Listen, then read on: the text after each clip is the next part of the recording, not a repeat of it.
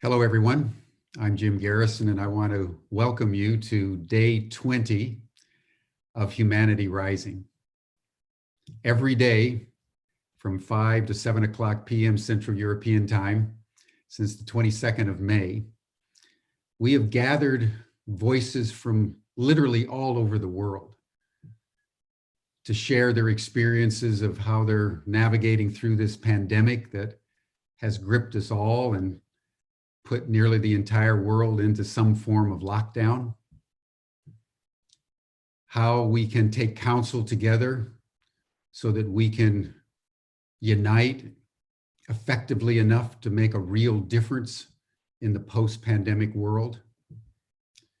And how we can share the solutions that are being implemented day by day by many of us, as all of us work together in some way to make the world more sustainable and more abundant, more resilient, more healthy, and more aligned with natural systems. We started, as you all know, with 10 days of Voices of Women, and then 7 days of Voices of Youth, in the conviction that women and youth need to be radically empowered immediately if we're really going to make improvements on the state of our world.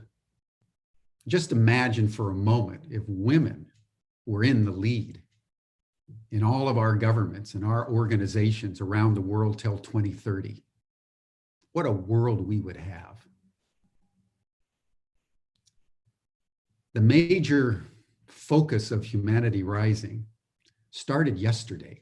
That was when we started our business after listening to all these different voices. And the business of Humanity Rising is what we're calling strategies for change. The central issue that we have to address is how we actually make a difference. And yesterday we heard from a very distinguished panel. There were several points that came into very sharp relief. One was on the value of the darkness. We're in a dark time. And how do we use the energy in the darkness to heal, to empower ourselves, to be redemptive in the world? Another fundamental point that was made was that if we don't know where we're going and when we want to get there, we're probably going to end up somewhere else. So if we're going to strategically frame our efforts, we need a goal. And 2030 is probably as good a goal as any, because scientists tell us that if we don't turn some of these major indicators around, at the center of which is runaway climate change, we could lose the world as we know it. So we are quite literally entering into ground zero. And this next decade is probably the most critical decade in the history of the human species. We were born for this moment. We're all here because of this moment. And how we act, how we come together, is going to be the crucial question of the rest of our lives. The funeral of George Floyd was yesterday. And in an extraordinary synchronicity between our conversation yesterday, while the funeral was going on in Houston, members of his family asked the same question we were asking. They said there have been thousands of actions, not only all over the United States, but around the world, individual actions of protest, calling for more civility and the end of racism. What would happen, they asked, if all of these actions came together? That would be enough to change the world. Will we come together? There's not a very high probability that all the groups that protested George Floyd's death will come together. And therein lies our predicament.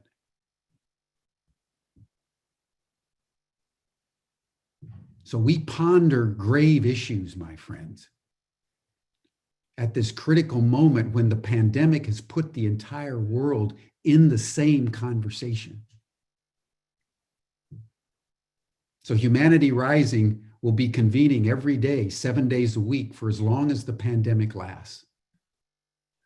Because we want to create a global commons for people to come together with their ideas, with their events, with their visions, with their solutions, in the spirit of radical collaboration, so that we can actually make a difference in the world.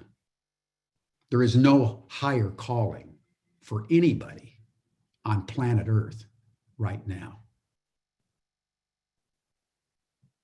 So in this spirit of living into the question of our ability to enhance our strategic effectiveness, I want to welcome Peter Mary, our Chief Innovation Officer, who has been the principal architect of our Strategies for Change sessions as we get Humanity Rising rolling. And we will be continuing these dialogues over the next several months. So many of the speakers that you've been hearing at the front end of the summit will be reappearing in different combinations because we're trying to build a coalition here, a coalition of thought and a coalition of action. So thank you all for joining us. Peter? Yeah, thank you, Jim, and good to be here on day 2 of Strategies. Before I go into introducing the day, we'd like to do the poll as we did yesterday. So Georg, if you could pop up the poll around how confident are we that humanity is really going to rise? And then we'll do the poll again at the end and see how confident we are at the end of the talk. And that maybe if the confidence has grown, that's great. If it hasn't, maybe people have just got more realistic, which isn't necessarily a bad thing. So, but we're on whole systems change again today, but with a slightly different focus. Today, we're going to go into also dimensions of the whole system that maybe weren't touched upon yesterday. Some of the dimensions that maybe are invisible to many people, but play an incredibly important role in whole systems change, as we're going to see. So there's our poll results. Well, we're a bit more confident at the beginning of today than we were of yesterday. So maybe there's a gradual building as we go through. We'll see how it compares at the end. So I'm not going to say too much about that now, but with that little teaser to say the speakers we have for today are, and this is the order we'll speak in, Richard Barrett, and then myself, and then Hans Andeweg, and we'll finish with Marilyn Hamilton. So I'll introduce them as we go through, and if necessary, interrupt and let them know when we've got to 12 minutes. So we're going to start with Richard, who I've known for quite a few years and who has done incredible work really in making explicit the whole conversation around values in people and in organizations and the critical role they play in the success of our systems. And getting that conversation actually alive and relevant in our organizations is not the easiest thing that one could think of. So, many thanks to you, Richard, for that work and for the 13 books that you've put out, as we were discussing earlier today, to help us all navigate through these times. So over to you. What do you reckon we should be doing, Richard, to create the greatest impact as effectively as possible? Well, thank you for the question, and also thank you for the opportunity to be with you all. Yes, it's a great honor. So I want to begin, because 10 minutes isn't too long, so let me cut to the chase and begin with the central issue, which is consciousness. And what is consciousness? I've been calling consciousness for many years now. Consciousness in our three-dimensional material world is awareness with a purpose. And anything that is a living organism or an energetic organism, let me put it that way, is conscious in our three-dimensional material world. Now, it's awareness with a purpose, and the purpose of every organism is the same. It's to maintain internal stability and external equilibrium. If you can't maintain internal stability and external equilibrium, then you can't survive. And that applies to atoms, cells, organisms, creatures, human beings, cultures, and nations. And this leads me into the point that we've reached a level of instability where we have to do something. The instability is out there, but it's also in our minds too. We're very anxious. We are full of fears because of the instability that's surrounding us. And so, has this happened before? Yes, it's happened at least 5 or 6 times. We've been through 6 different worldviews since Homo sapiens began 200,000 years ago. For about 185,000 years, there was one worldview. I call it clan awareness. We all lived in hunter-gatherers, and then we expanded into tribe awareness, and that's because that way of life of clan awareness was no longer sustainable in certain parts of the world. And then tribe awareness, there was a big climate event which affected the Sahara and which shifted. Again, things became unstable. And so we moved into what I call state awareness. It was at the time of the Romans, the Greeks, etc., the Egyptians. And then again, that became unstable because it became so chaotic. There was, if you were a leader in those days, you get stabbed in the back. You just had to be careful about everything. And so we went into, around 2,000 years ago, a new worldview, which I call nation awareness, where some stability came in because we changed our cosmology. We went into monotheistic religions, and this brought an element of moral purpose into our lives. Again, another roughly 1,500 years ago, 500 years ago, we went from nation awareness into what I call, we began to go into wealth awareness. This was at the time when the European nations were expanding all over the world, and wealth awareness is with us now, and it's part of the reason why we're going into this climate change issues, because wealth awareness does not pay attention to anything other than wealth.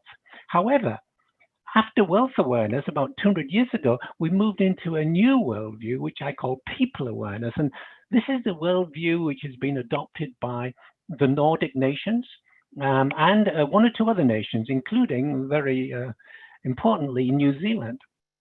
And so that's where we are now. There are 7 nations on the planet that are operating from people awareness, and there are about 9 nations operating from wealth awareness, and the rest are 28 to 30 from state awareness, and the rest are all operating from state awareness. Not a good mixture.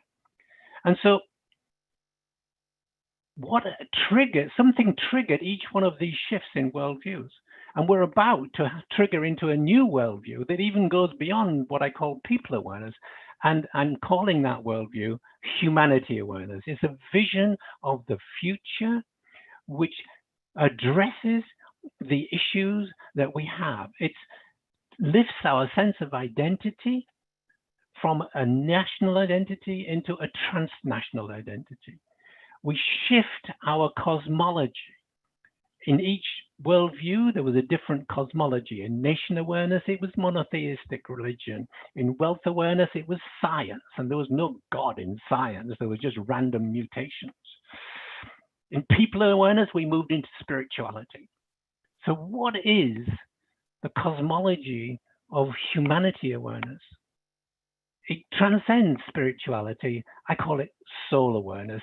If you're focused on spirituality, it's great. It helps in so many ways.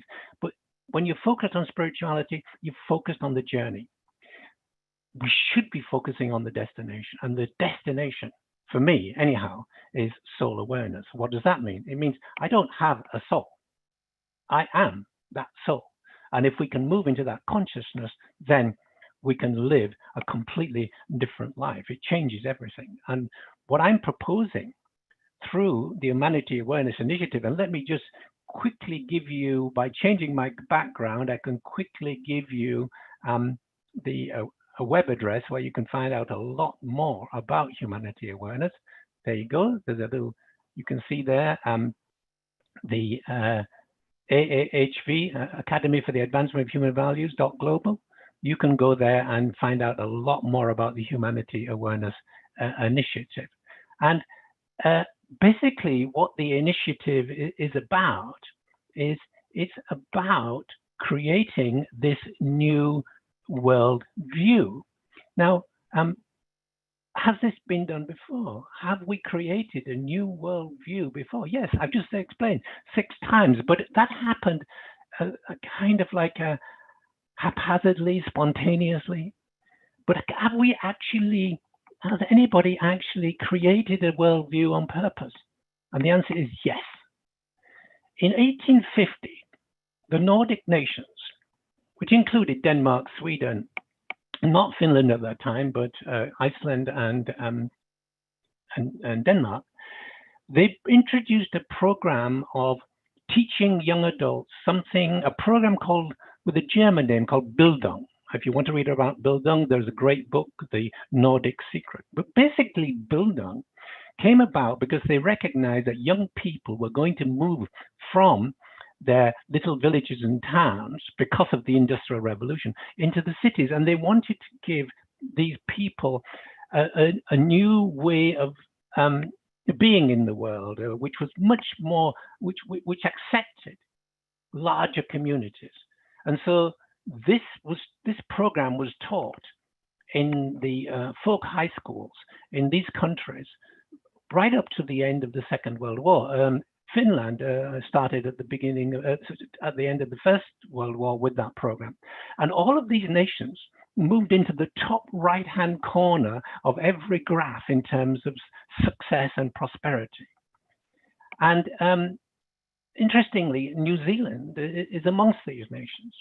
Now, when I look at these nations that are operating at the moment from people awareness, what do I notice? Something that Jim mentioned earlier. Out of these 7 nations operating from the highest consciousness at a collective level, 5 of them are run by women or have women prime ministers. When you look at the next 9, which are operating from wealth awareness, 8 of the 9 have men as leaders. And so why is that? And the reason is because of the way that men are brought up and the way that women are brought up. You see, there is something called evolutionary intelligence, and there are 3 stages to evolutionary intelligence. The first stage, when you have a shock and you have to deal with it, the first stage is becoming more viable and independent, stronger and fitter. If that fails, then the next thing you could do is bond together with other people who are experiencing the same shock to form a group structure which is more resilient. And if that shock continues, there's only one more thing you can do in order to survive, and that is to cooperate, groups to cooperate with each other to form a higher order entity. That's how the United Nations was formed. That's how the European Union was formed. And so men are brought up to say, you know, you have to be strong, don't show your feelings. And so they're brought up in this first algorithm of evolutionary intelligence. become stronger and fitter and fight. And women, because they've always, not always, but have been subservient to men for so long, had to figure out another way of getting their needs met. And they realized it was by bonding and cooperating. And that is what has been the big difference in the way that the nations have been handling this whole coronavirus issue. So what is the Humanity Awareness Initiative? It's an education program for young adults and for leaders to take them through what was used to be called Bildung, but takes them through the individuating stage of development so that they become viable and independent of all of the structures of beliefs, so their parental conditioning and cultural conditioning, and allows them to find out who they are so they can operate from their values, what is deep in their hearts, as a guidance system rather than beliefs.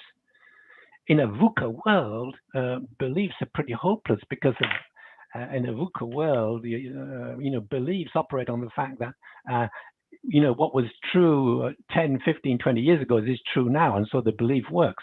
When things are constantly changing, you need a higher order guidance system, and that is values. And that's why I've been promoting values for many years. Over the last 25 years, I've been promoting values in organizations.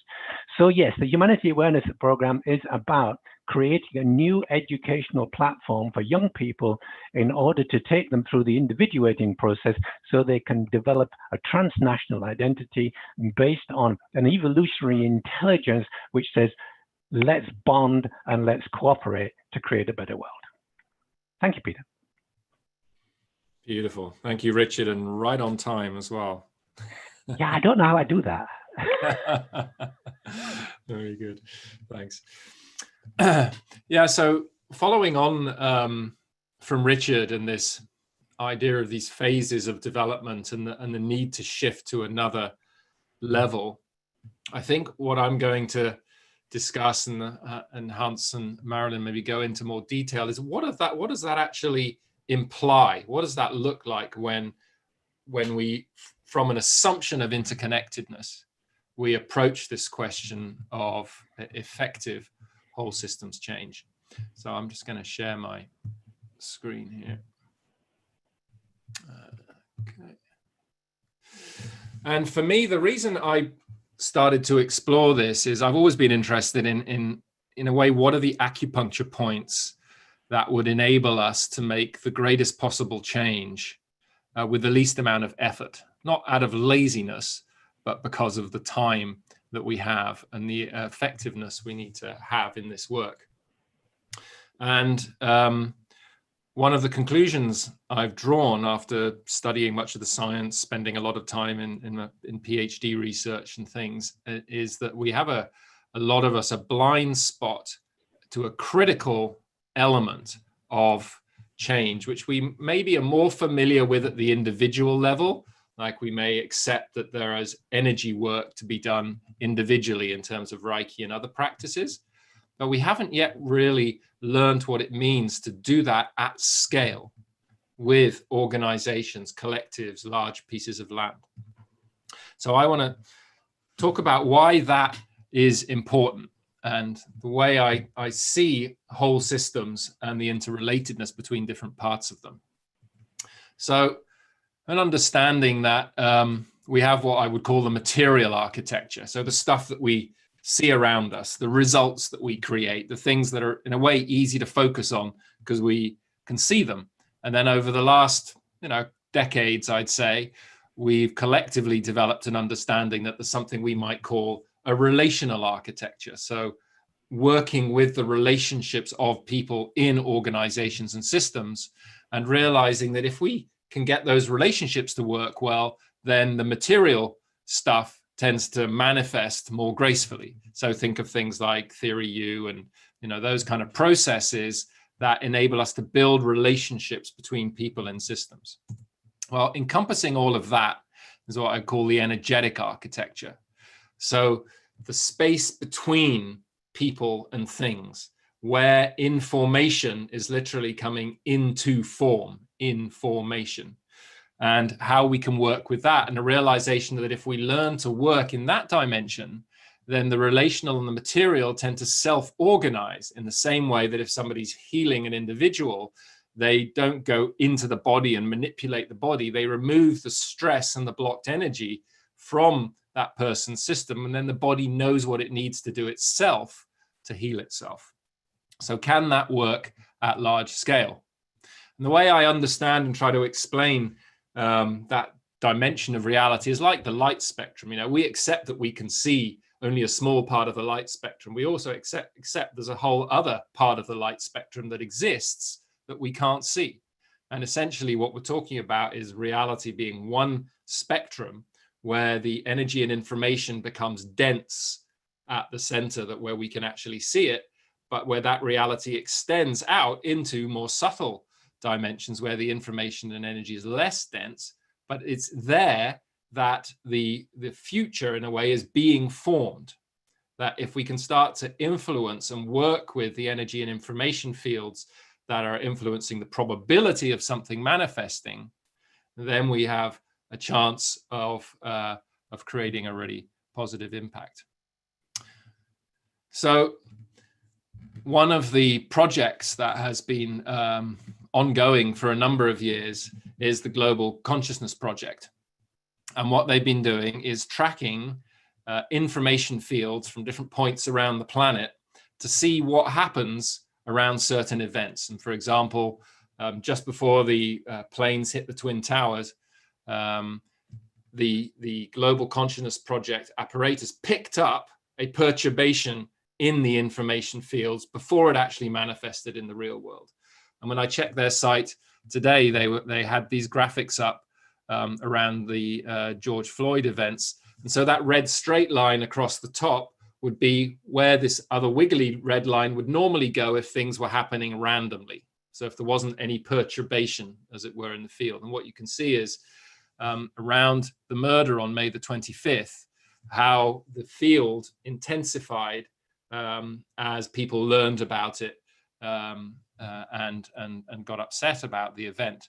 And then another one they had up there was on June the 1st, this Lafayette Park event was where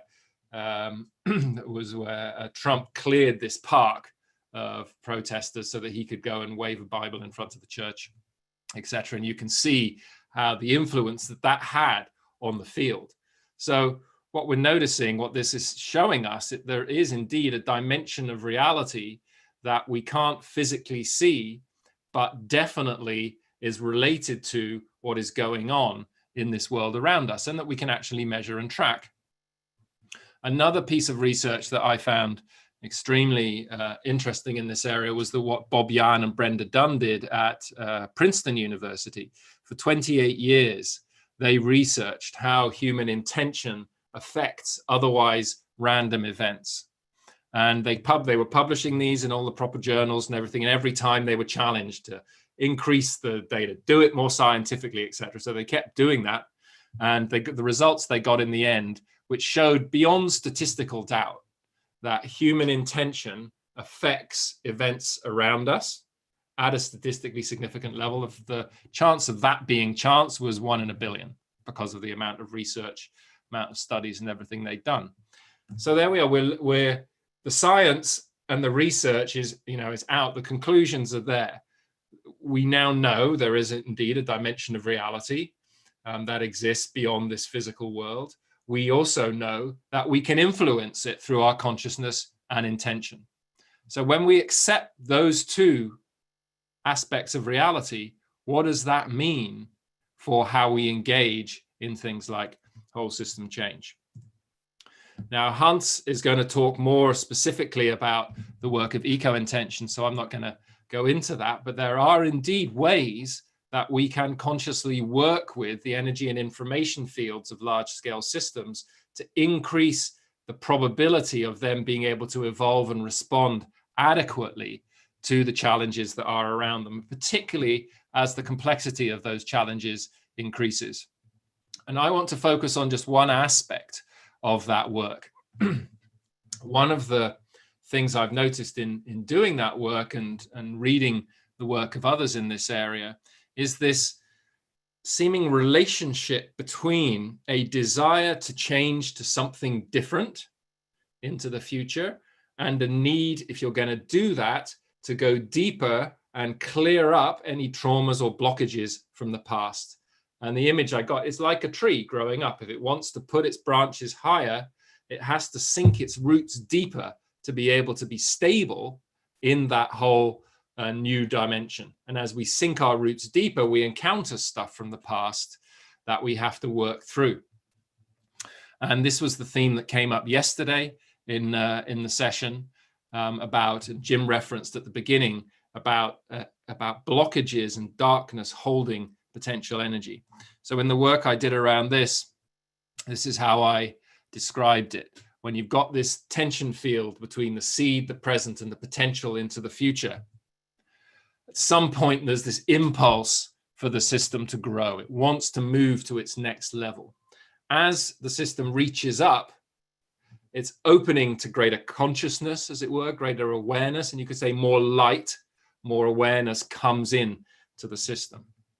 As the light comes in, it enlightens the shadow. So as more light and consciousness and awareness comes in, it shines light on stuff that had been in our unconscious that we need to see and be able to integrate in order to have the energy to be able to take the next step. So in that process of engaging in this shadow, in these traumas, in this past events that are holding us back, it releases the energy that enables us to grow forward. And I believe that's what we're seeing at the moment in terms of the current events, traumas from the past related to race, but also fundamentally with the ecological challenges, a deep trauma that we have, particularly in the West, but then we then exported elsewhere. When we moved in terms of Richard's phases of development, when we moved from an experience of the earth and the world around us as one, a precognitive experience, so just a direct experience of being as the earth. And we made that step of individuation where we differentiated ourselves out for it to be me and the other. And in a healthy development, you would have that differentiation, and then you would wrap around and re-embrace the previous stage. But for some reason, what happened, particularly in what's now the industrialized world, is we transcended, but we repressed. So we seem to be so afraid of the forces of nature or of the earth that we went into this attempt to dominate it, came out with these religions inspired by great spiritual insights, but landing in this context of fear, essentially, and we cut ourselves off from the head and we demonize the body, we demonize the feminine, we demonize the earth. And that's why we've managed to go on this crazy journey of development and exploit the very planet that we are a part of to the extent that our survival is potentially no more viable. How could we have done that if we hadn't forgotten that we are ourselves actually the earth? So the greatest trauma that I believe we have to address right now is that split that we created. And until we actually really feel again that level of integration with the planet that we are, it's going to be very hard for us to get the energy to make this next step. So, and that is what's going to give us access, I believe, to working more consciously with these kind of energetic dimensions. So that's my piece for now. And I'm now going to move on to Hans. Let me just stop my sharing here. Hans Andeweg, who taught me much of this. Hans has been a complete innovator in this world of making very practical tools you can use to work with the energetic and information systems in large scale nature, as well as in organizations and things. And I'm sure he's going to tell us some of the story for that. But I'm very grateful, Hans, for everything you and your partner, Rijk, have done to make this accessible to people in the world, because I think it could really be something that's going to help us to navigate through these times. So welcome, and over to you to tell us some of the story. Well, thank you very much, people. Really moves me hearing you saying this, and also thank you for your wonderful introduction, and also for the invitation. Also, thank you, Jim, for your introduction. But right, exactly on the spot. And I hope my talk will give hope, because I'm very hopeful, and because I know we can change the world and also apply large-scale energetics. So let me share my screen and make this more visible and take you along and tell you this story after so many years of research and application. We will do this. So when we look at our beautiful blue planet, and when we zoom in, we can find molecules and atoms. There's the building blocks all through the universe. They are there. But you move in further, then this is what you discover. This is not something spirituality. This is quantum mechanics. Matter exists of 99, and then you count the nines. And that's the only matter of discussion, how many nines are there. It's space. So when you zoom in further, then we see this space is not empty. Quantum mechanics says this space is filled with so-called zero-point energy. And this is very interesting that also the ancient people already tell us for millennia there's a kind of life energy. They call chi, prana, mana. And now they discovered it's exactly the same thing what is there. So we're talking about the same thing. So you really can say this means everything is energy, everything is life energy. Also what you explained, Peter, in your talk about this energetic structure. Energy is the foundation of everything. And when you get the foundation right, then you can also get a good building. But it also means everything radiates energy.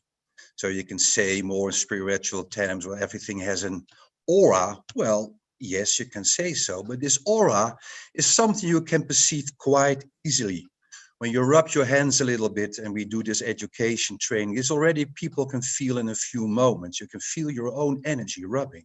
And then you can perceive there are layers. So it really shows itself in layers.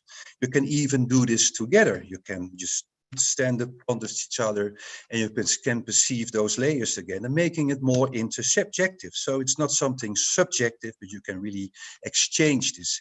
And what we recently discovered, even through the screen of your laptop, this is possible. It's incredible what's all possible. And then we go into practice, because it's possible to perceive also the energy in a room or in a field, because everything is energy, and the more there is, the higher the radiance. So that means when you can perceive this, what you can and can learn, and there's a high radiance, you can already predict that plants will grow better, a forest will grow better, people will be more healthy, we have a better, clear communication like this. And when the energy is low, like on the right hand, well, you have struggles with plant growth and also being healthy in the room. So already you then can tell something about the conditions people working in or plants are growing. And now the whole thing is you can improve this. And how? Well, so there are fields with energy. We also have to distinguish energy from information. So we also have fields of information, so-called morphic fields. They've been described by Rupert Sheldrake in his books, and you find some applications by Bert Hellinger, we all know from his family constellations, also applying those morphic fields. And we know from the morphic fields that they, based on similarity, that everything has its own morphic field, its own field with information, what happened on a certain spot or in an organization, but also the scripts for a future development. And this is what we discovered. And there is similarity. So also a floor plan or a picture is similar with the 3D world. It's also resonating with this morphic field. So you can get access by this antenna over your resonator, your plan. You don't even need this. You can also image one. There, the whole thing of the intuition comes up. Because most of the discussions all go about our intellect, what we just developed quite well the last few hundred years. We also have an intuitive part, but mostly forgotten. And opening our intuition and imaging something, you can really have immediately access to any morphic field wherever on the planet, because this is no local. So you are all telepathic. We can access to the field, and then you can see what you can do with it. Because with this image in your mind, you can connect with the field. perceive what is there in information, but you can also put in a purpose or say an affirmation, what you want to achieve. You can feed the field with this information. And from the heart, you can connect the 0-point field energy. And together with your intention and attention, they generate a formative force. And this formative force shows to be one of the primal forces in creation. You can call it the yin force or the feminine formative force, in opposite to the more masculine expansive force. But it shows that this formative force is in fact the strongest force in all the universe. It's mind over matter. You can even draw it in this way, like a kind of wheel that is moving on to its destiny. And there are two forces in the wheel. The blue one is this formative force going to our inner world, from subtle matter to grow matter, connecting with matter and coming to existence and showing itself and going out again. Well, developed certain principles for energetic guardianship. You can teach anyone what we also do in organization to apply this. And I won't go in detail to them, but at first it starts all going to your inner world, relaxed concentration. In consciousness of the whole, you are managing, leading, because everything you can have awareness of the whole, and you have a feeling for what is going on, meaning you're connected with your heart, you can charge with energy. And this is extraordinary. So you can really charge it and really lift it up. Of course, you have to also need expertise on the matter. That leads to realistic goals. That is already helping to connect with the future, leading there. But then the whole thing comes where we also talk, it will also work when you transform your burdened past. And this is interesting. When you study this, you can even predict when that comes to the first surface. And everything happening now, it's, well, something that needs to be seen, wants to come out before we can go forward. So this is in a way how we apply this in organizations. We work globally, many teaching CEOs doing this. And I can really say it works, and I will show you results later. So it can be that there are very large inhabiting forces from the past. Now, many things that happened, even in a country, that are blocking the wheel. Also, people having a lot of stress, psychology, but also from the 4G and the 5G. Most of the time we forget this, the impact. And then we can use with other techniques. We can really take this aerial plan, and we can make it, we call it a holon. And this is amazing. We work with large-scale national parks, but you can really take this ground plan and really make it small, a few inches large, and you have it on an A4. This is really connect you with the whole field. And by the field, but also when you study nature and many of our systems, well, they all have problems at the moment adapting to a changing world. Trees, but also, you know, the companies change in market.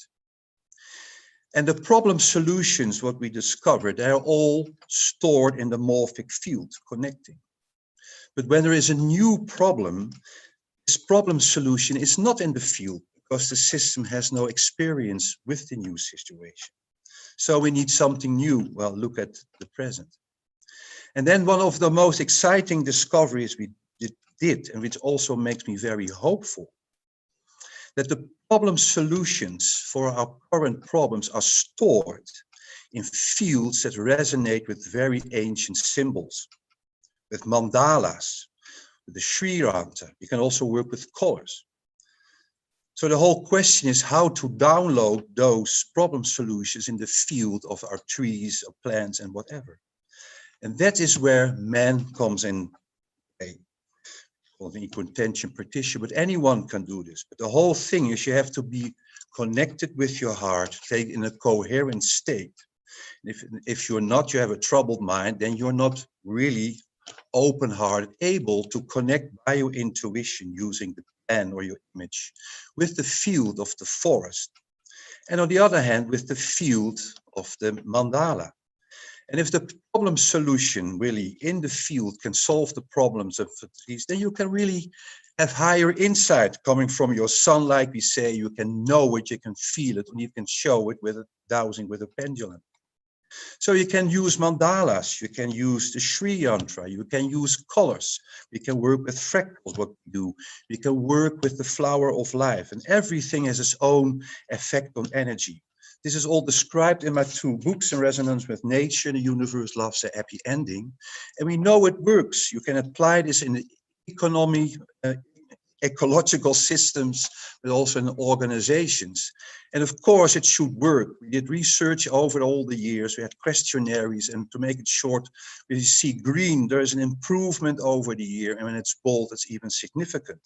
This is a study in 31 projects all over the world. It was another year in 27. And we have these projects all over the years. We have improvement, and it really does.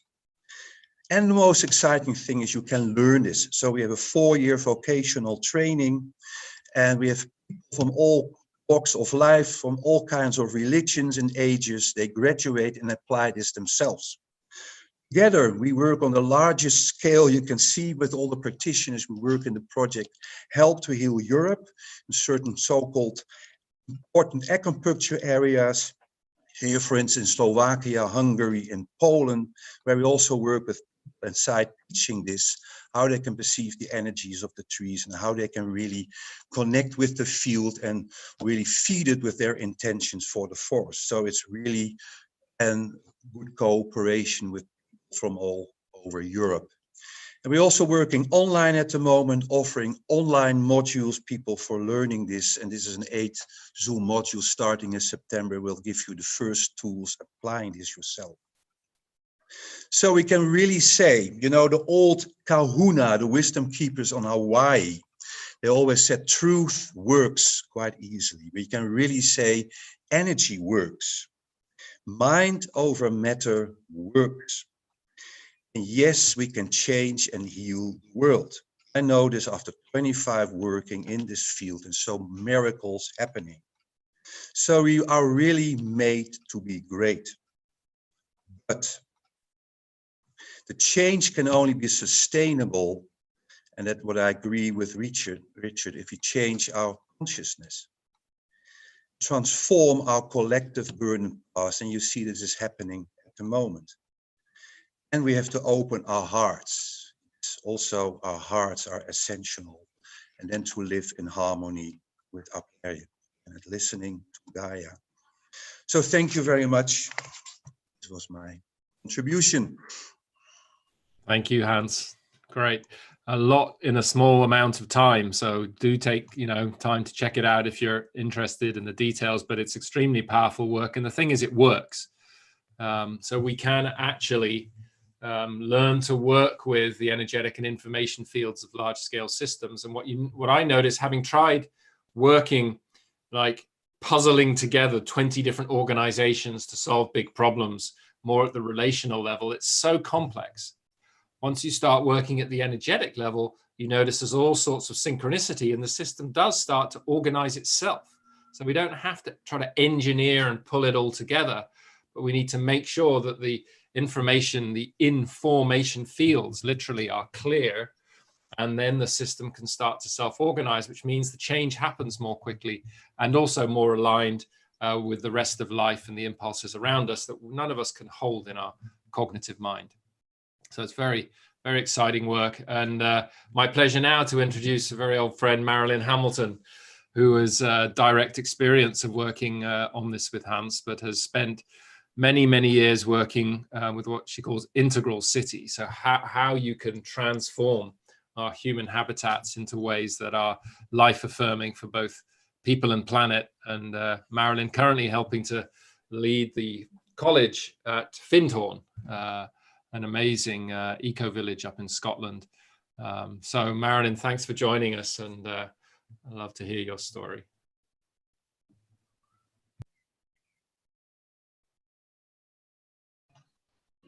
Thank you so much, Peter.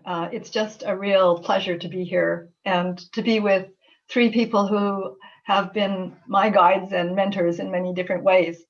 I also want to start off by saying thank you for the invitation to be here on the 20th day. It seems to be a synchronicity for me because I just published a book called Urban Hub 20. And the title of it is Accelerating City Change in a VUCA World. So I have been, as you say, Peter, working with cities for a number of years, decades. And I've been very lonely for quite a long period of time because I very early on realized that cities were complex adaptive systems. They were living systems. My career started working with the development of individuals, and then leaders, and then teams, and then organizations, then sectors and communities. And then finally, I was asked to look at the city. When I at first considered that invitation, I thought that that's not really something that I can possibly do. My husband builds cities, I work with human systems. So after a certain time of contemplation, it came to me that perhaps I could consider looking at the city as a living system. And once I did that, a whole way of rethinking the city opened up to me, basically reinventing the whole operating system of the city. And as I said, I've been very lonely for a long time because not too many people want to think about cities from the perspective of consciousness and culture, plus the behaviors and actions and infrastructures that they're usually willing to look at. But one of the first people that influenced me to think that I wasn't too crazy was evolution biologist Elizabeth Sahtouris. I've now published 3 books in the series called Integral City, and I've republished the first one in the 2nd edition. And I invited Elizabeth to give me a foreword. And I'd just like to read for you the way she started the foreword, because it helps, I think, to explain what I was seeing when I was looking at cities. She says, looking down on Earth's surface from an airplane, whether by day or night, our cities look remarkably like cells, nucleated cells, with their obvious nuclear downtown hubs, scattered smaller concentrations of buildings like cell organelles, flowing transport systems, extensions into the surround like the pseudopods of amoebae. This has struck me again and again in flying around Earth as an evolution biologist and futurist, seeking answers to our big questions on whence we came and where we are headed, all the while teaching my evolving take on them. Eventually, I realized that cities were indeed living entities, and now undergoing a rapid evolution comparable to the origins of the nucleated cells they so resemble. So when Elizabeth and I met each other, which we did probably, 15 years ago or so, what I discovered was that she thought about cells as cities. I thought about cities as cells. So immediately we realized that we were working with a fractal image.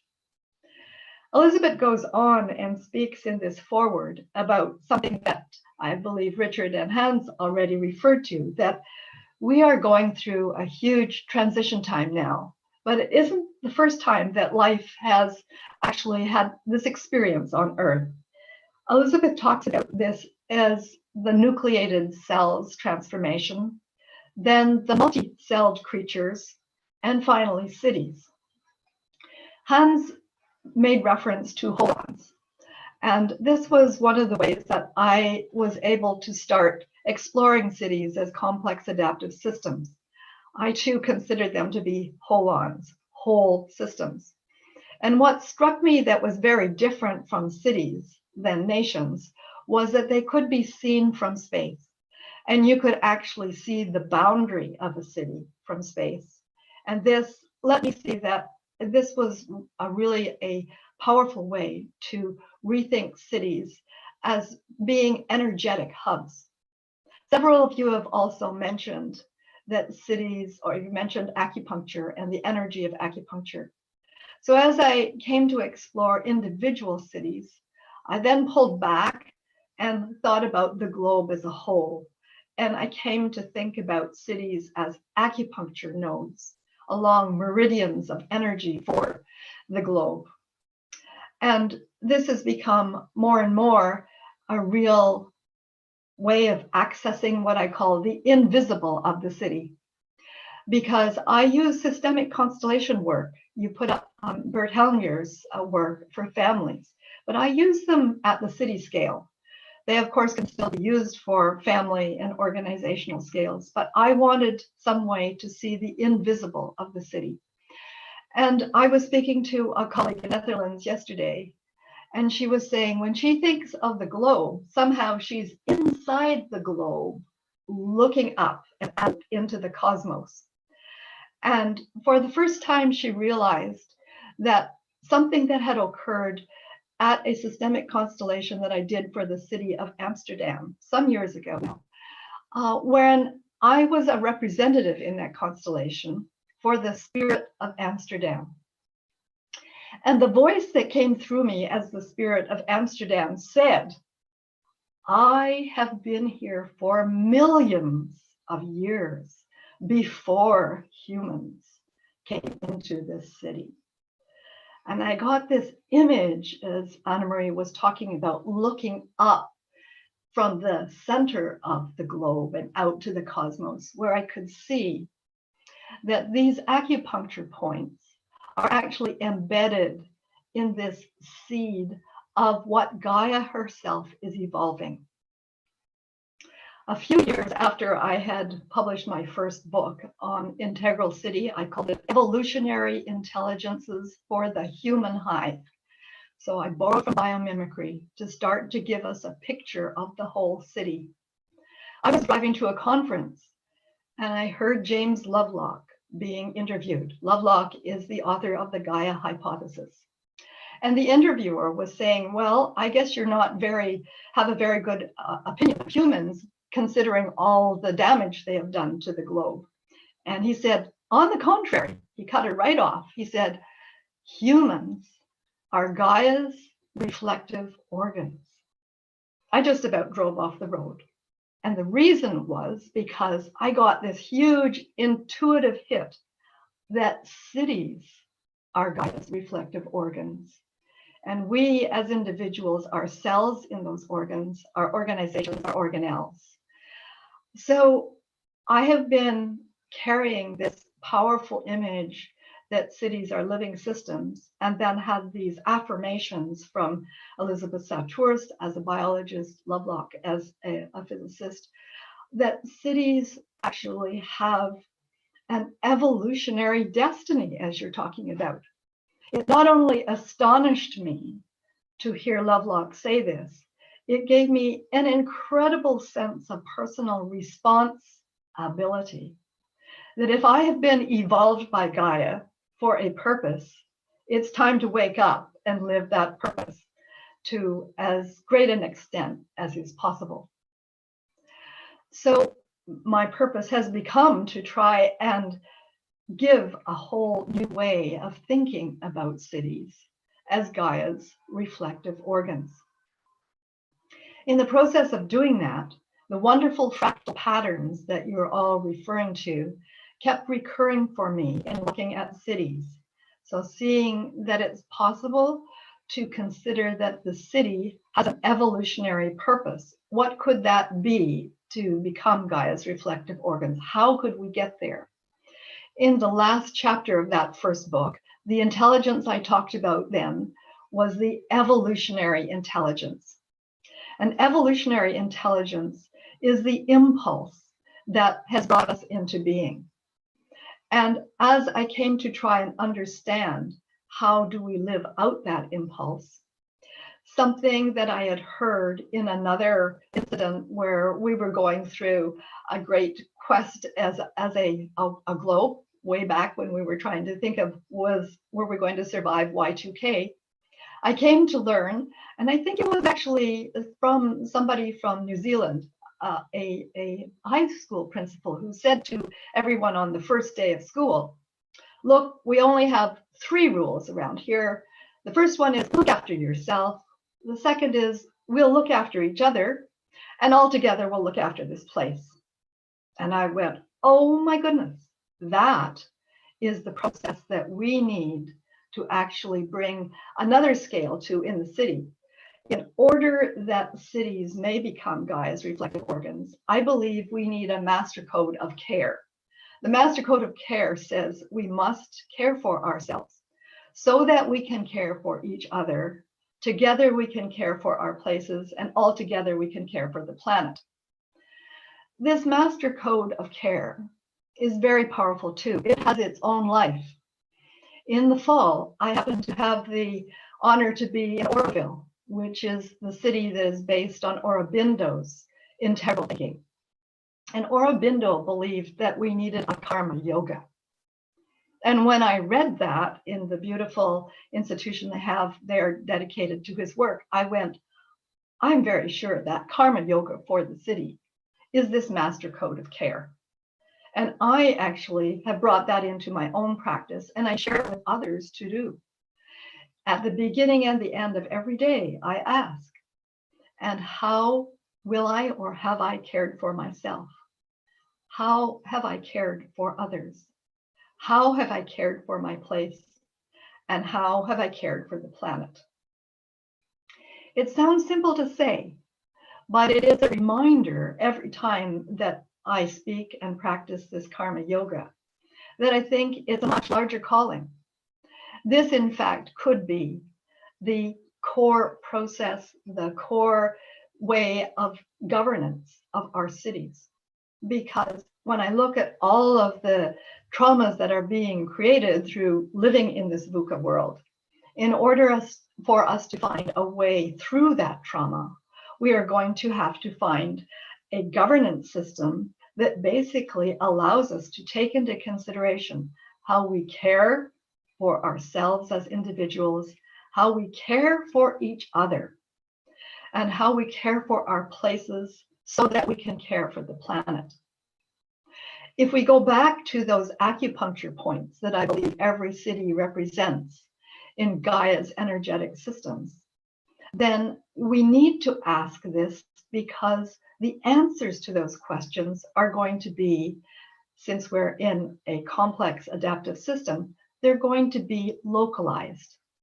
And this brings us then to understand that we are an evolutionary calling from Gaia, even from the consciousness that I believe is the basis for our whole universe, for our cosmos.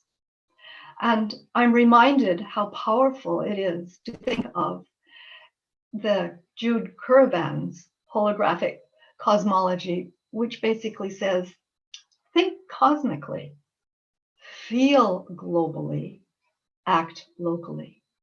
This feeling globally, I believe, is the care calling that really matters for how we live in our cities. I was just at the Integral Europe Conference, and I heard many of the leading experts and scientists there talk about something that's been spoken here today, and that is the science of the heart.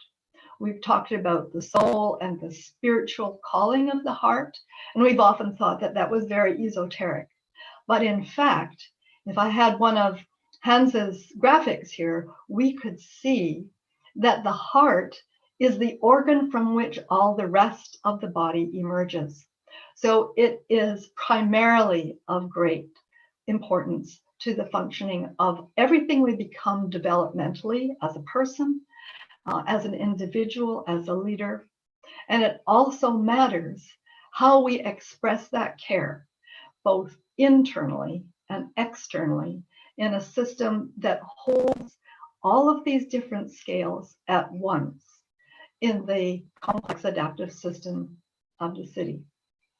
So I believe that we're now at a stage where this transition that we're going through is calling our cities not only to act locally with great wisdom, and I call upon them to think and consider this karma yoga as the core wisdom for which they can actually reinvent themselves, but also to reach out along the meridian energetic systems of these acupuncture points and join up to learn from the other organs, other reflective organs on Gaia's being, and so that we can learn together and connect up our energetic systems. I'm going to try to Marilyn. I am. I'm going to wrap it up right now by saying that one of the ways that I borrow this wholeness image is from Rumi. So we'll start with a quote from Elizabeth Sahtouris, and we'll finish with a bit of an adaptation from Rumi. And I say, out beyond the smart city, out beyond the resilient city, lives the integral city. There is a field. We call it the knowing field. We'll meet you there. Thank you. Love it. Anyone who can adapt Jalaluddin Rumi, Marilyn, is someone to be listened to. Thanks, Jim. Thank you so much. Wow, everyone. I think this panel has kind of blown the lid off of our deliberations so far by moving way beyond the human-centric realm in which most of us spend most of our lives into the relationship between humanity and the larger ecosystem. So I really want to acknowledge it. If we're to save ourselves, we have to, as Peter said, understand that fundamentally we are nature. We are the environment. We are the earth.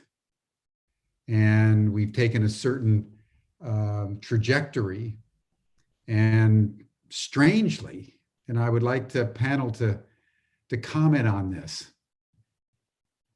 Strangely, we're the only species who seems to have lost its way. All the other species seem to be naturally,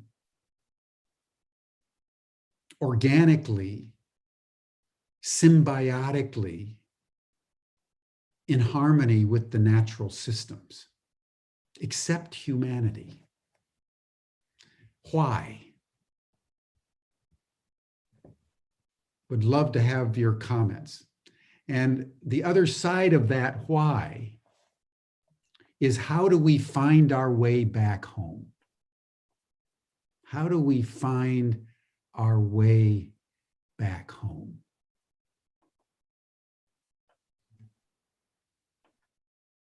You want to start, Hans? And Peter, I'd love to hear you on this. Marilyn, and then Richard. I mean, this is a rich question. This is a rich dialogue. Let's get into it. I was literally thinking also about the same thing, Jim. So thank you for bringing this up. But when I'm a biologist from my background, so I studied nature. And what you perceive in nature from all animals, perhaps not the dolphins, but they are in the moment, and they respond to things happening, impulses, and taking the next step. So if you really want to learn, want you to be on the path and from one step to another, that's you can learn from nature. But men, we are the only creatures who can travel in time. We are aware of the past and we are aware of the future. And most of the time we are not in the present. We're always there. We are preparing for the future, all the dates we want to have. So that's also, that gets lost. We lose our being present and being connected with the moment. And also I think we develop, and Richard knows not more about this, to use the planet for our purposes, not to cooperate, but to be more, we always say it's eco above ego. And ego is your home, where you come from and where you return to. Here's your body, your home, but also the planet. And I think ego took over, but we thought we could greedy what we could gain into the future. So this is my answer to the question. I don't know, somebody else has to add something to it. And just before we move on, Hans, because you've done such extraordinary work in this interface between the human and the natural systems. And in that sense, you're a true shaman, because a shaman speaks the language of nature and the language of society and bridges the two. I mean, what would you say from your experience in healing ecosystems and nature, what's the way back? What can humans do to reestablish the kind of relationship with nature that many people would like to have, but because we're so disconnected from nature, we don't even know how to begin? You know, there are people that go into the supermarkets that don't know that milk comes from cows. They don't know that eggs comes from chickens. They just buy eggs. They have no sense of the interconnectedness with things. How do we, what would you tell us about how we find our way back home? Well, Jim, I think it's extraordinarily simple, and that's why we're all overlooking this. So when you study life, it's been for several billion years on the planet, and you bring it all to 12 hours, then man is coming on the stage well shortly before 12. But I think really this whole creation of this planet was organized as a kind of party. Mother Earth, Gaia, is organizing and having us as our most honored guests coming on the stage. And I think the only thing what we need to do to say, wow, how beautiful this is. And this is really so simple. When you do this, working with energy, and I've trained this my students, you can really connect with a plant. And you say this from the heart, you can feel in the energy, it's all open up. It's so beautiful. And this is what it needs. And then everything will develop. It only needs our acknowledgements from the heart. And you can see it, all the animals were coming back to the cities. They are not afraid of us, or are afraid because of all the noise. But when we hold back, you know, the dolphins were swimming in the canals of Venice. There were animals in all the cities. When we talk about cities living, and yes, they invite Gaia, you know, but we have to calm down, shut down. And this is Corona. This is what it is. Good. Yeah, sometimes it's just as simple as bowing at the altar of beauty and realizing that we're in the middle of it. That's beautiful, Hans. Thank you. Peter, what's your comment on all this? How did we get lost and how do we find our way back home?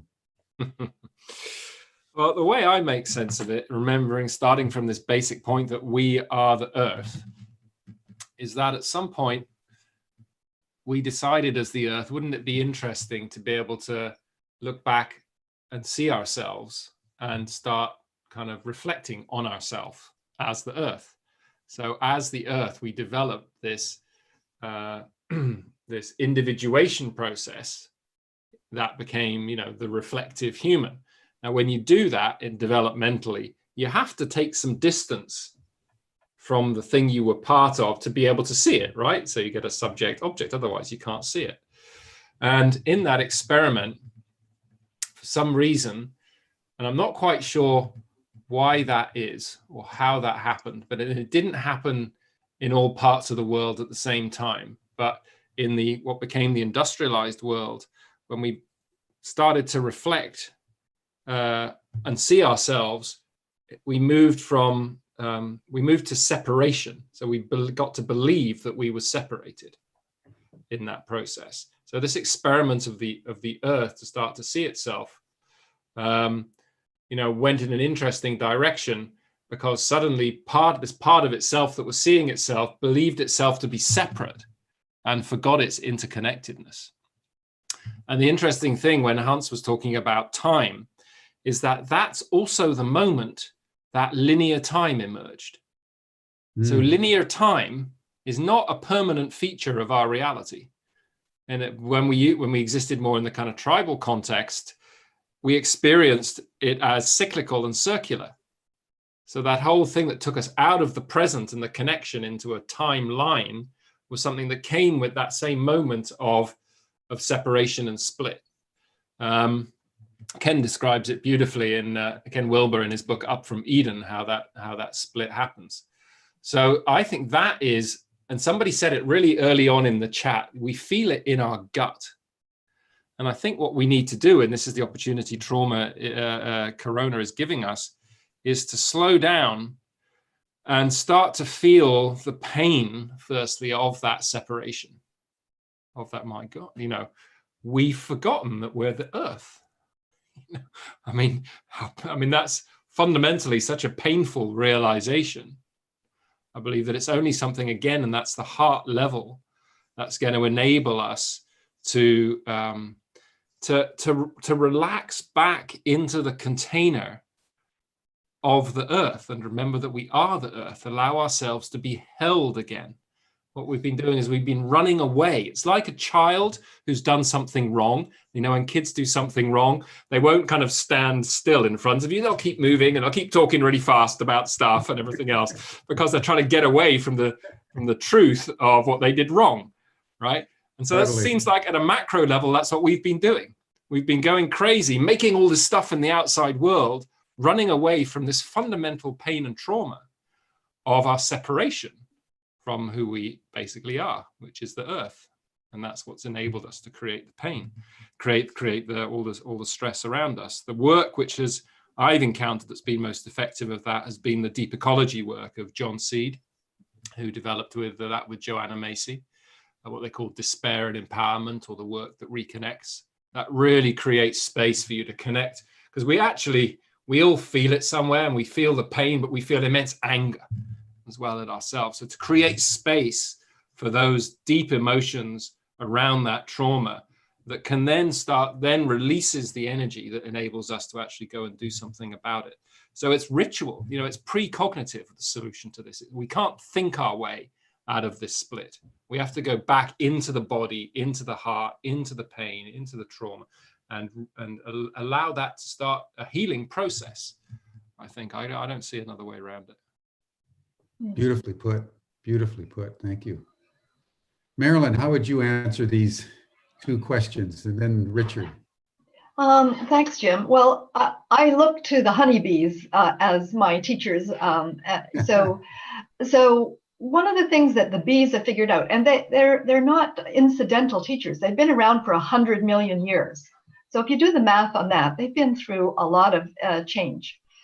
And what they figured out is that they not only know how to keep care of the hive, but in pollinating their ecoregion, they're constantly creating renewable energy for themselves for next year and creating the whole life in the ecoregion. That's what I call a double sustainability loop. And I think humans need to discover that for ourselves. Instead of being competitive, we not only have to be cooperative and collaborative amongst ourselves, but with our ecoregions, and start to actually see how it is all afloat. And I really feel that's important and critical for, as you were saying, to get way past the fact that the milk comes from stores. No. All of our food, all of our energy systems, we need. Oh, you're breaking up a bit. Yes, it looks like Marilyn's internet. Marilyn, are you there? I am. Can you hear me? Yeah, it seems to be recovering. So let's give it a try again. You were just the last two sentences, I suppose, broke up. You can start from there.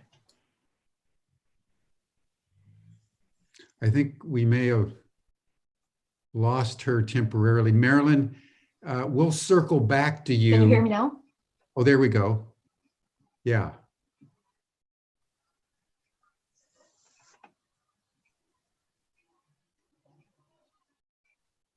I think what we'll do is go on to you, Richard, and then we'll circle back to Marilyn later. And as you answer the question, I was fascinated by your notion that there's sort of a differentiation among countries now, with the ones that are dealing the most effectively with COVID are the ones that are motivated around well-being. And as it turns out, most of them are being led by women. In terms of the way back home, that feels to me to be a worthy goal for us to learn more about. So could you go into more detail? I mean, I'd love to hear you on how we lost our way, but I'd love to hear more details of countries organized around well-being in terms of the way back home. Okay, three topics here, very fundamental, important. First of all, who are we? You don't have a soul. You are the soul. And when the soul incarnates into the embryo, it's living in this world of four-dimensional energetic awareness, which is a sense of oneness and connectedness. As the reptilian mind-brain forms, which keeps care of the homeostasis of the body, even in the womb, the soul begins to feel this sense of separation. And once the baby is born, that separation really becomes more and more energetically apparent. Now, the soul is coming from a love field, and it's painful to be in separation. And this is what Peter was talking about. It's painful to be in separation. So the soul creates the ego, it's a psychic entity, as a buffer to prevent the pain of separation. Now, the ego takes its job really seriously, and it learns how to survive and feel safe and feel secure. But it learns during a period when the reptilian mind brain, the limbic mind brain, the reptilian and the neocortex are all going through emergent learning. We don't have a fully functioning brain until we're like 22. So everything we learned in that period gets that hardwired. And all the trauma gets hardwired. And so we then have to move through the individuating process, which is recovery of the soul and self-actualization, recovery of the soul. And to do that, we have to deal with the pain, the fears, the trauma. And we have to master them in order to find our way back. And then we recover the soul. So in the 7 stages of personal development, which I developed many years ago, that central stage of individuation means I let go of my parental programming, I let go of my cultural conditioning, and I find my way home back to who I am and my values, which lie in my heart. And then I open myself up to the desires of the soul, which are threefold. 1, to self-express. 2, to connect. And thirdly, to collaborate, to contribute. And if you look at kids, they're very close to that, but we lose it. It's all taken away from us. So the way back is to become conscious. And what does that mean? To become conscious, first of all, means to be aware of the impact that our behaviors and actions have on other people in the world around us. Secondly, to become aware of the impact of our thoughts and beliefs have on our physical mental health. And thirdly, to care about the impact of our behaviors on others and the earth, and care about the impact of our thoughts and beliefs on ourselves. And that is the central program that I was talking about in Humanity Awareness Initiative. I call it individuation. That is the way back. And so now, let me link back to the nation question. Because in evolutionary intelligence, there are 3 algorithms, and I wrote about it in my last one book. Becoming viable independent, bonding to form group structures, and group structures cooperating to form a higher order entity. The whole of evolution is explained by these 3 algorithms. Men, as boys, are really taught the first algorithm: be strong, become viable independent. As I mentioned earlier, women, because they've been suppressed by men, had to find other strategies. They actually took on board the evolutionary 2nd algorithm, which is bonding to form group structures and group structures cooperating to form higher order entity. And so these women are at the 4th stage of development, these leaders of these nations that I was talking about. They've individuated. They bring this approach, which is, how can we work together? How can we bond? How can we cooperate to create a better world? Whereas the men, and I'm not all men, of course, you know, I mean, or I'm just talking generalizations here. We got locked down into our strength, which is being strong and forceful and powerful. And women didn't have that opportunity. So they evolved much more rapidly than men, and that's going to be true for the future. So yeah, I measured the consciousness of nations. I've been doing it now since 2014, 2016, 2018, 2019, by looking at 17 global indicators, which are all well known, looking at all of the data from these 17 indicators, and then adding it all up together and finding a global consciousness index for 145 nations and measuring that index over all of that period. So I can tell you the most conscious nations on the planet. I can tell you, which at any point in time, I can tell you not only the most conscious, but at which stage, which level of consciousness they're most conscious. So I can, for example, in the USA, rank something like 90 or 100 in terms of level 2 consciousness, which has to do with safety, whereas in many other respects, it ranks much higher. And so we can actually measure the evolution of consciousness of nations through the government systems that are in place, which are controlling those nations. And the government systems that are in place, if it's a democracy, represent the average level of consciousness of the nation. So a democracy elects a leader who represents the average level of consciousness of the nation. Donald Trump, for example. New Zealand elects a leader who represents the average level of consciousness of the nation. And that's the individuating, the fourth stage of development. Whereas Donald Trump, many others, I won't single him out because there are lots of them. There are Putin, there's all sorts of them. They're still coming from the third stage of development, the differentiating stage. They never learned how to individuate and self-actualize. And so that's the key. That's the key to the future, is to individuate and self-actualize. Prior to that, the fears of the ego rule. After that, we release those fears, we embrace the soul, and we become one and present like all the other creatures. We become present because all of those creatures have a collective soul. They never had to form an ego as a buffer. They never got to that stage. And that's what we have to do. Wow, thank you. Thank you. I appreciate that. I'd love to, maybe at a later date, Peter, we should have Richard back just to talk about this analysis of nations. And because you're absolutely right, there's a vast distance between the election of Donald Trump and the election of the young woman, I forget her name, Jacinda. Jacinda? Jacinda. You can find all that on my website, Barret Academy. It's all the data's all there. It's worth contemplating because if we're going to make it by 2030, we have to start reflecting deeply on these notions. So thank you so much, Richard. I'd like to circle back to Marilyn. I don't know whether Marilyn, your internet's okay.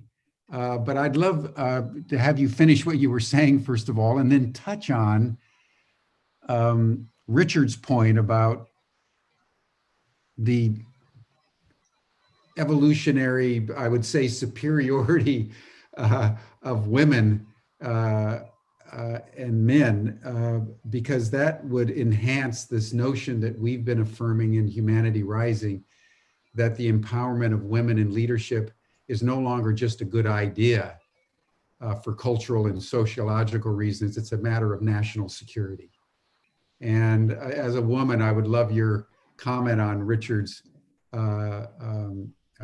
presentation. And then also I'd love to hear you talk a little bit more about the codes of caring, because as a pathway back home, this whole notion of caring.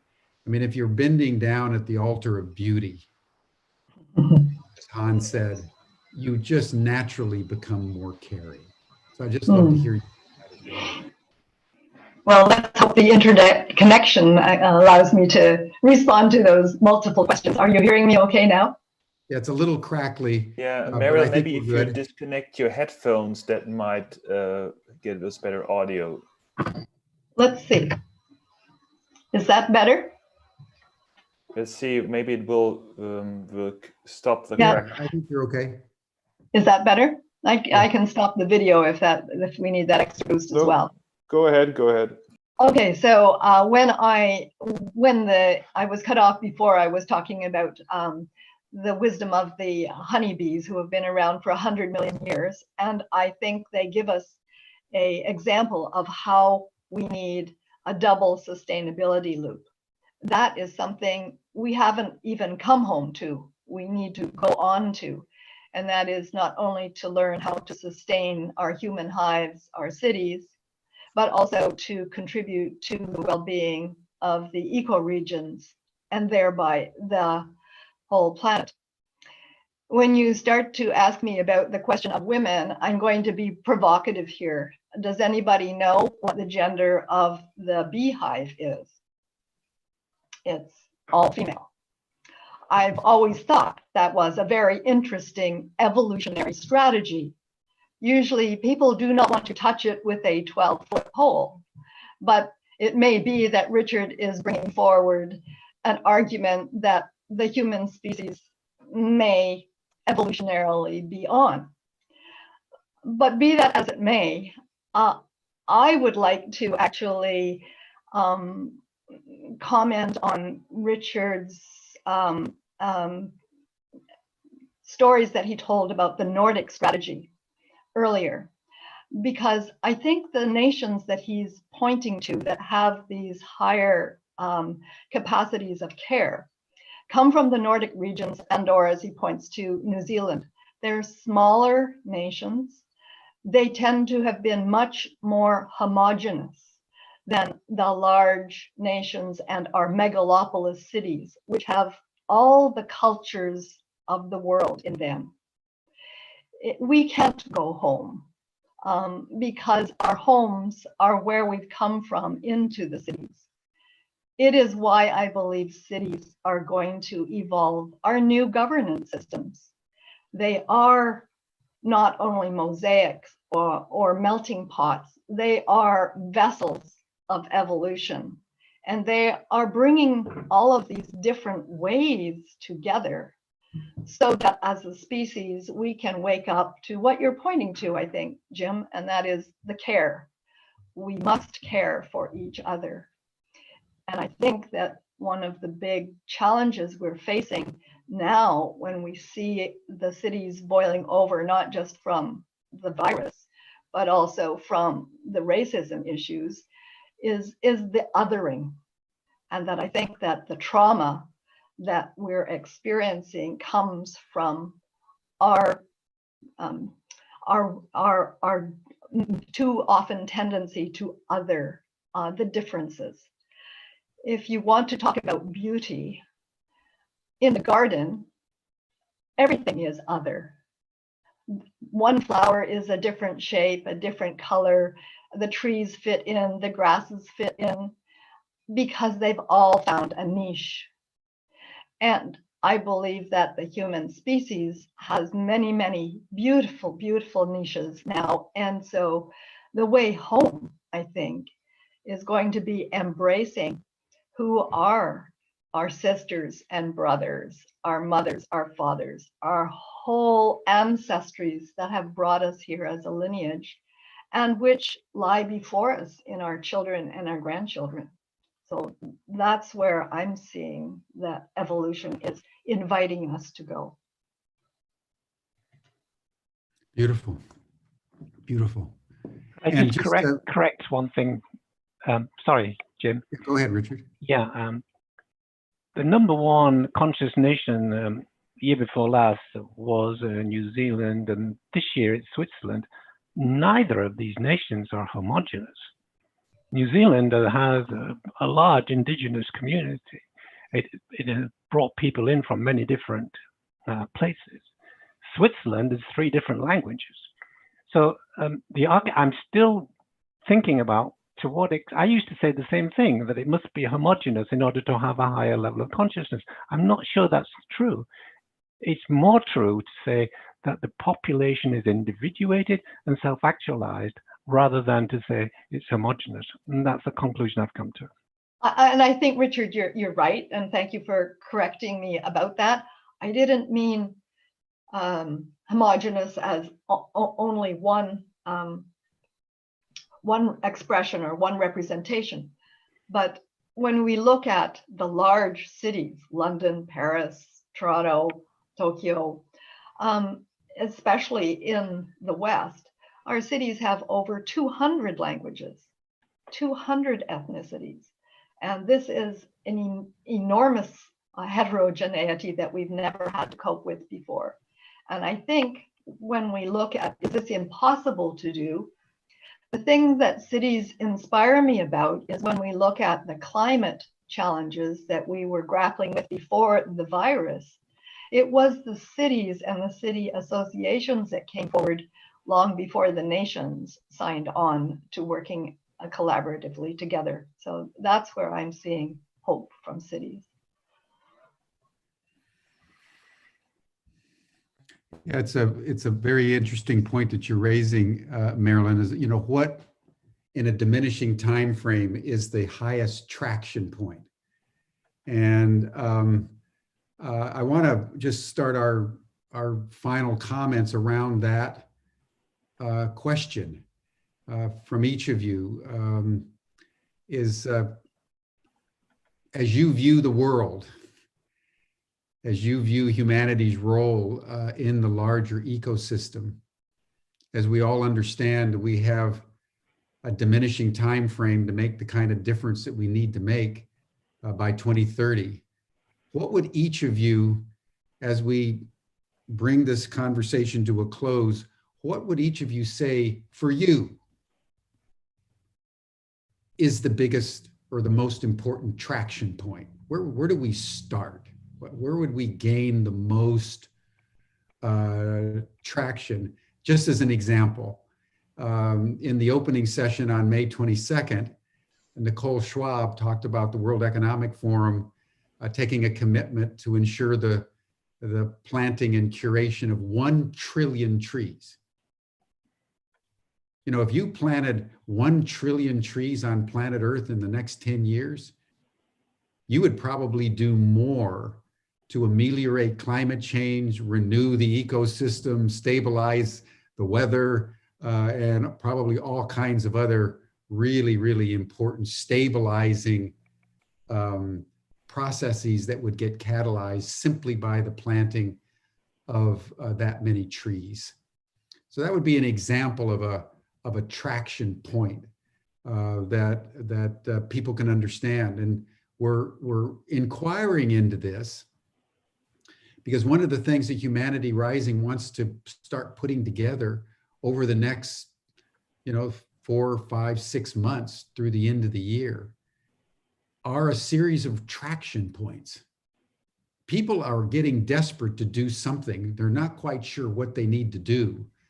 The whole global system now has been cracked wide open. We're in the same conversation. If we can come up with things that are simple to understand, globally scalable, kind of radically effective wherever a person is, like planting trees, that's something that would, I think, be useful to everyone. So in closing, starting with you, Hans, and then Richard, and then Peter, and then Marilyn will give you the last word. What would you recommend as the traction point? To be aware that it's mind over matter. Our thoughts create the world. They do. So we create the weather. We are not aware of how our thinking is accelerating at the moment the climate change. It's a self-fulfilling, not prophecy, so to say. And we have to connect with our intuition, with a more feminine feeling part, and listen, because nature is full of answers and we only have to ask for it and to receive and to literally roll down our intellect and screw up our, roll up our intuition and open up And this is what I say, it's so easy because the answers will come. There's so much help out there wanting to help from the spiritual world and in nature, but we have to listen and to calm down. And that's, I think, very easy. Powerful. Yeah, if I was to summarize you, Hans, today, it's beautiful. Adore beauty and calm down. Beauty will come to you because that's what it does. You know, it's all there, and we're running and running and being outside of the wheel, but the destiny is in the pivot of the wheel. That all teachings learn us to come to ourselves, connect with our heart, and open up. You know, and be in this point of Zen, of zero, or whatever. And stop doing running. It's there. Listen, it's be giving to you, and practice forgiveness, because the whole road, what we have done, it should have been done. It was all planned. You know, also where we're there, so we have to forgive ourselves, and Mother Earth will also forgive us. It's true, you know, and open up, and the answers will come. Yeah. That's all. Beautifully put. Beautifully put. And as you say, even during the pandemic, in just a few weeks, nature was coming back into the city. The animals, the dolphins in Venice. She wants to help. Yeah, but everything has consciousness. Yeah. And you can communicate with everything. That's what we teach, and you can. And you can make this intersubjective, because I can say, well, the tree said something, but 10 people go to the same tree and come back with the same message, then there must be something there. And this is what it is. You can teach this, you can learn it, and you can apply it. Yeah. So we can open up and listen also to the spirit of a city. How does it want to evolve? That's possible. And then you get completely new answers and new programs, and you work together in cooperation, and you raise your consciousness. Yeah, beautiful, beautifully put. Thank you. Thank you so much. Richard. Well, I've been thinking about this for you. I've been thinking about this for a long time, and I've come to the conclusion that it's fundamentally about education in 3 different levels. First of all, bringing up children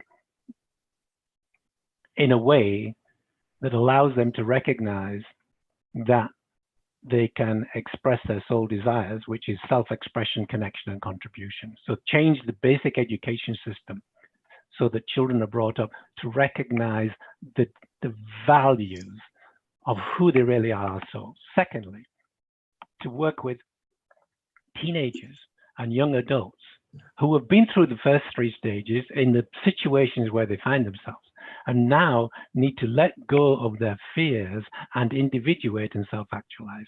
So that's humanity, another part of the Humanity Awareness Program. And then next stage is to work with young leaders and leaders generally, to help them recognize that they have to move through the individuating stage, let go of their fears, find out who they are, so they can self-actualize and become fully who they are. So for me, it's all a matter of ego-soul dynamics and bringing that whole concept into education at all levels. Now, why start with children? Because those are the future generations.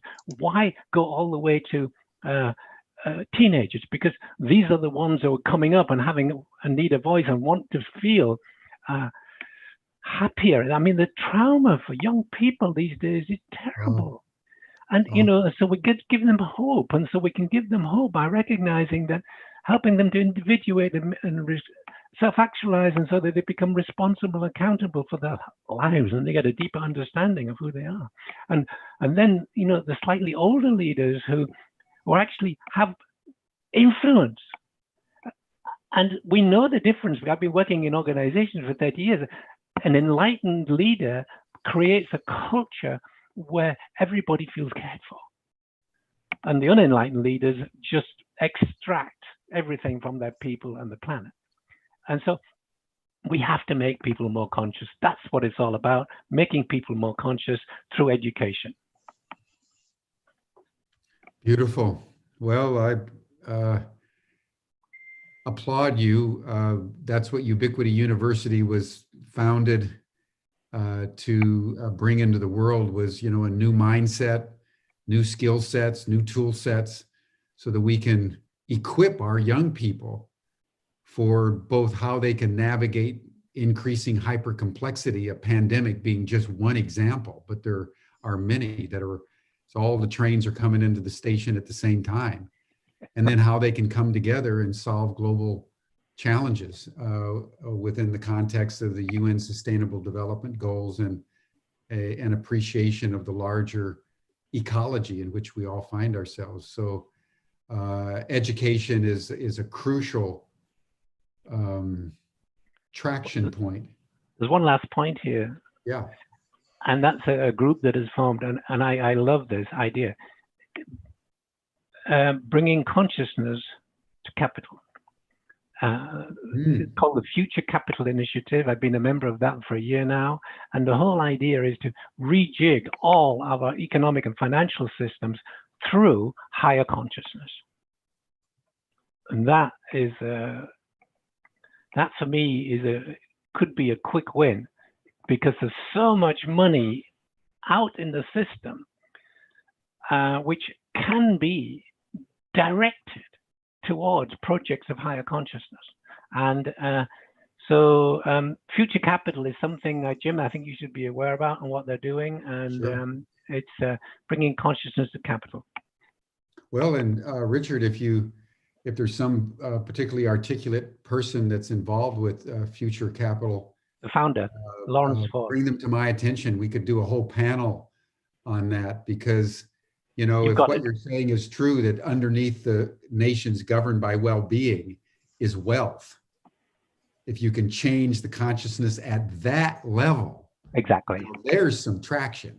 Exactly. I'll put you in touch, and Lawrence will be very happy to come and do this with you. Yeah, beautiful. Thank you. Thank you so much. It's always a pleasure, Richard. Peter, where's the traction point? Well, I think the place we want to end up with is people being able to be and show up and interact in the way Hans and Richard have described.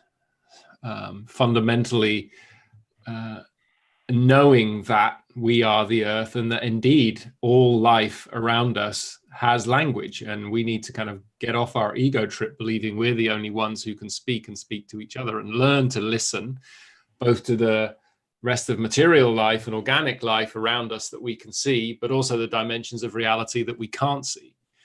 But I'm pretty convinced that we'll only get access to that, to what I call promise, when we have dealt with the pain. And I think we have a real collective process to go through around the recognition of the pain we feel about our sense of separation from the earth. You know, essentially, how can we come to terms with the fact that this mother that actually created us, that we decided to ignore that fact and go and exploit her for everything we can, without any sense of honoring of this very body that we're a part of. I mean, it's insane. And it's deeply painful when you actually get people to sit down and connect to it. There's an enormous trauma there. And it's when that is recognized and seen that you notice people come to rest. You know, Hans was saying to slow down. That slowing down happens when we're actually able to feel ourselves belong somewhere again in this place. And it's from that point, as the heart opens and we're not trying to run away from the heart with our head, that we're able to access the information fields that exist in nature and that exist in the energetic fields as well. So it's like the tree. It's going to go hand in hand. We need to get to the promise, and we're going to have to go through the pain at the same time, and that at all levels, you know, in our education systems, because whatever we try to do in the world, if we're not connected at that level, then we're just going to create more of a mess, you know, because we won't be listening, right? We won't be listening to the rest of life. It'll be a human idea. and we won't be picking up the information from the places wherever we plant our billion, trillion trees. There's all sorts of things that could go wrong with that if we're not listening to the earth, and the rest of life that's out there. So that's for me, that's the key. That's beautiful. Learning the language of nature. We learn French and German and Chinese and English and various languages. And how could we start in our schools, Richard, learning the language of nature? Hans, you could teach us a lot. Peter, you could teach us a lot about learning the language of nature, communicating with other species in an intelligible, meaningful way. If we could do that through our educational systems, just think of what a world we would be. It would be. It's possible, Jim. It's all possible. Yes. Yeah, come on. Yeah, let's start. It's all there. So, Marilyn, give us a final word on traction and maybe a little more wisdom from the bees. Well, I'm glad that you mentioned that, because I live in Findhorn, Scotland. And when we're not socially distancing, I go to the bee meditation on Tuesday afternoons every week. So this is the place where nature did respond to the consciousness that was brought to just starting to grow their own food. So I very much believe that it is possible. I'm a radical optimist, so I really do believe that the combination of the care, the karma yoga of caring for self, both internally and, as Richard's talking about, as soul, so that we can care for others, care for our places, and care for the planet, that we actually teach children that as their karma yoga for the day. This is how we start the day. This is how we finish the day. I also believe that Peter is very right, that we do need to go through the cleansing process of coming face to face with our karma, with the karma of our trauma. So without actually doing the trauma work, I agree with Peter, we're not going to be able to adequately care for self, others, place, and planet. Because when we take the care and put it in all the context of the scales that we're talking about, then we do actually then create the capacity that the earth is calling from us. So I think that we need to be able to call the individuated, actualized people, which I tried to do with my book Urban Hub 20, because as you're doing here in Humanity Rising, when we can ask these questions, there's energy for us to follow. And that is always my first precept when I look at how to work in a city. Where is the energy? And let's follow that and amplify it. And everybody can do that. I think we can bring together all the voices of the city to do that work every day. So that's what I would say. Beautiful, beautiful. Well, Marilyn, Richard, Hans, Peter, this has been an extraordinary conversation. This, I think, for me, on the 20th day, has taken us to the place where we should start our strategic discussions with an awareness that we are of the earth. We are earth. And somehow we lost track of the plot.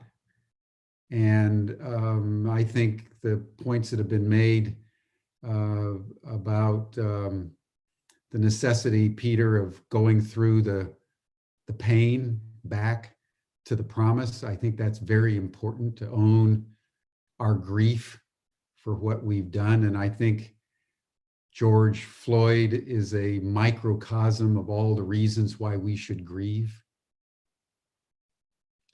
And I think, Hans, you've made an extraordinary contribution with your notion of the simplicity at base for right relationship with the earth.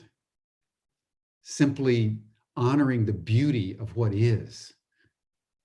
And in honoring the beauty, falling to your knees, and in humble supplication, simply calming down and entering the now and being of service to the larger whole. I mean, that is a beautiful, beautiful statement, and I just want to acknowledge it. And Richard, your deep insight into the history of consciousness and the tonality, in the end, whether it's grief or it's beauty, appreciating beauty, it's about consciousness. How do we now put consciousness on the anvil and crack it wide open?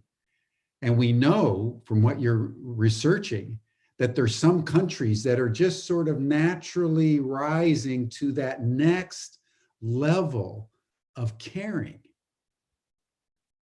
And women are in the leadership. And I think it's important to note that they're very diverse countries in different parts of the world. And it made me think of, the extraordinary research of Paul Ray around the cultural creatives, that over the last 50, 60, 70 years, there's been a group of people that have just naturally emerged as more conscious, more aware, more ecologically sensitive, more spiritually alive without being tied to religious dogma, more sustainably oriented in the way that they presence themselves in the world. And it's a beautiful thing that there are now countries that are electing leaders that the average person is representing at a higher level of consciousness. So, I mean, if there's one point of optimism that I've drawn out of the discussion today, I think you contributed that. And I just want to acknowledge that and thank you for it. And then Marilyn, I just, the way you talk is so beautifully, almost mythopoetic about the cities as cells and cells as cities and what we can learn from the bees. I've been a beekeeper for many years and I love the bees. And just to have you call in this double sustainability. It's not enough for humanity just to tend its own little habitats. The job, as the bees teach us, is to tend to our own habitat, but tend to the habitat of the ecosystem within which our habitat is embedded. So that meta guidance, as it were, I think is a beautiful way to draw everything that we're contemplating today to a close. I'm deeply grateful for your contributions, and this has been just a very profound second day of dialogue about how we can enhance our strategic effectiveness. Tomorrow, we're going to contemplate the question of how do we interconnect the different aspects of global transformation. I've just identified 4 tonalities from the 4 speakers. Tomorrow, we're going to try to connect some of the dots. And so I want to invite you to join us once again. Again, it's 5 o'clock to 7 o'clock p.m. Central European time every day on Zoom. And you can continue this dialogue if you have anything more that you want to say. The chats have been brilliant today and so alive with each speaker. Thank all of you in the Zoom audience that have been chatting. And I want to thank the 10 or 15,000 people that are watching on Awake TV and all the other social platforms that are viewing this dialogue. It's all been recorded. It'll be uploaded onto our Ubiverse, up on our YouTube channel. Awake TV has recordings. So you can come onto our platform and continue the dialogue with blogs and videos and just commentary that you would like to contribute to this extraordinarily rich and profound conversation. So thank you, everyone. We'll see you here again tomorrow. Goodbye for Humanity Rising.